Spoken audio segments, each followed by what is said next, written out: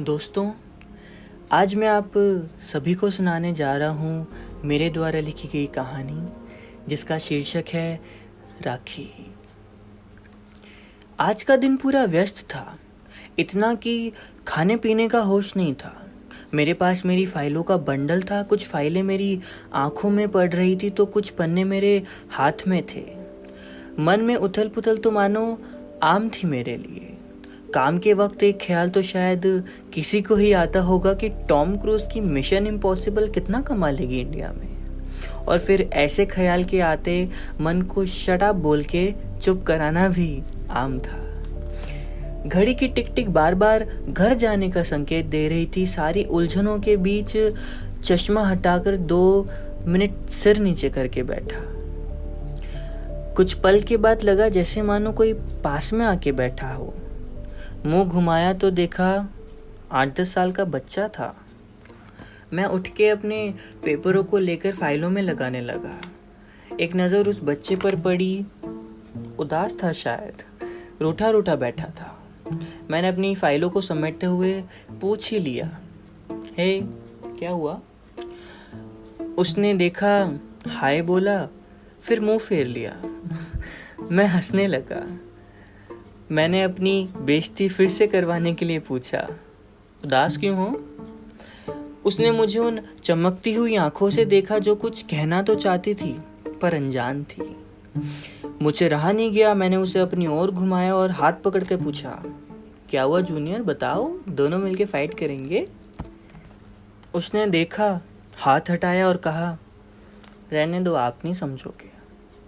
मैं इस बात पर इतनी तेज हंसा कि 8-10 साल का बच्चा मुझ जैसे 22 साल के लड़के को कह रहा है आप नहीं समझोगे, मतलब ज़रूर कुछ सीरियस है। ऐसा लग रहा था मानो बच्चा वो नहीं अब मैं हूँ। जिद हो गई थी उसकी दिल की बात जानना। अच्छा, मैं नहीं समझूंगा तो आप समझा दो। अरे यार, आपको क्या लगता है मेरी लाइफ इजी है? सब कुछ मैनेज करना पड़ता है, मम्मी पापा दीदी सब कुछ। हाय, इन नन्हे से कंधों पर कितना बोझ था। मैं उसकी बातें सुन तो रहा था पर समझ कुछ नहीं रहा था, क्योंकि सही तो कहा था उसने, आप कुछ नहीं समझोगे। अच्छा, अभी क्या मैनेज करना पड़ रहा है फिर? आई नो मेरी दीदी मुझसे बहुत प्यार करती है, मैं उनका भाई हूँ, पर राखी तो भाइयों का त्योहार ही होती है ना, आप बताओ। मैं उस बच्चे की बात में कहीं ना कहीं खो गया था। हाँ, राखी तो आपका ही फेस्टिवल है, किसने बोला नहीं है, बताओ। उस बच्चे का वहाँ मैं सपोर्ट सिस्टम बन चुका था। फिर वो बड़ी मासूमियत से बोला, पर अब दीदी की शादी हो गई है और वो नहीं आएंगे मुझे राखी बांधने, क्योंकि वो बिजी हैं। आपको कैसे लगेगा अगर आपकी दीदी शादी के बाद आपको राखी ना बांध पाए बिजी होने के चक्कर में? मैं कुछ वक्त तक तो उस बच्चे को देखता ही रहा, कुछ बोलने की हिम्मत जुटा पाता, लेकिन 1 मिनट, ये सब तो मेरे साथ भी हुआ यार आज सुबह।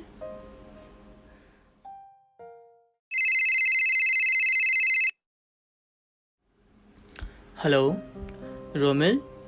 हेलो, हाय जीजू, नमस्ते। नमस्ते बेटा, बिजी तो नहीं थे ना? नहीं जीजू, आप बताओ कब की फ़्लाइट? कल अर्ली मॉर्निंग है, अभी 10-11 बजे वाली फ़्लाइट से आ रहे हो?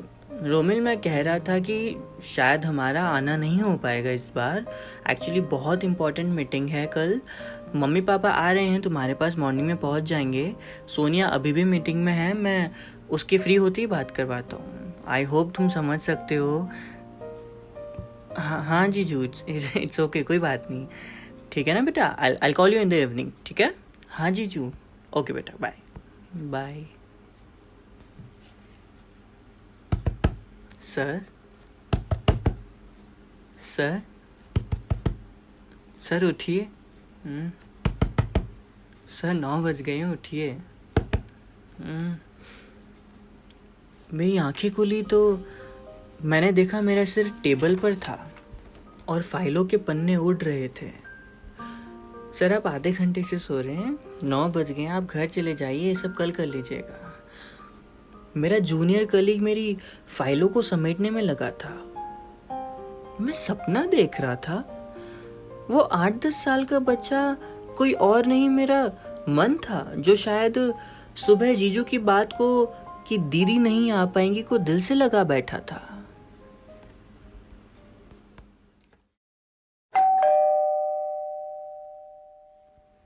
मम्मा, हाय मेरा बेटा। मम्मी, तो गाल भी ना खींचू अब। नमस्ते पापा। नमस्ते बेटा। कैलाश, ये लगेज अंदर रखवा दो प्लीज। उदास क्यों है? मैं कहाँ उदास हूँ? ये उदास हुआ ना तो उसके गिफ्ट कैंसिल है सारे। दीदी,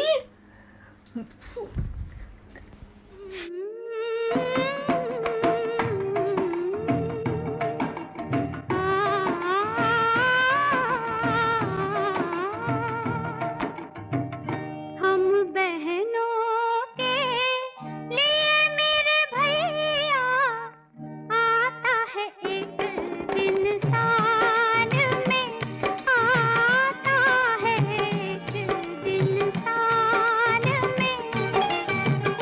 आज के दिन मैं जहाँ भी रहूँ चले आना वहाँ, हर हाल में चले आना वहाँ, हर हाल में। हम बहनों के लिए मेरे भैया आप सभी को आता है मेरे और मेरी परिवार की तरफ से रक्षाबंधन की बहुत बहुत बधाइयाँ। बस इतना ही था इस कहानी में मेरे हिस्सों के पन्नों से। अगर आपको पसंद हो ऐसी ही कुछ किस्से और कहानियाँ जो ले जा सके आपको किसी और दुनिया में या फिर किसी रोमांचक सफ़र पर, तो लाइक, शेयर और सब्सक्राइब करके बने रहिएगा। वंश निश के साथ आप सभी का धन्यवाद।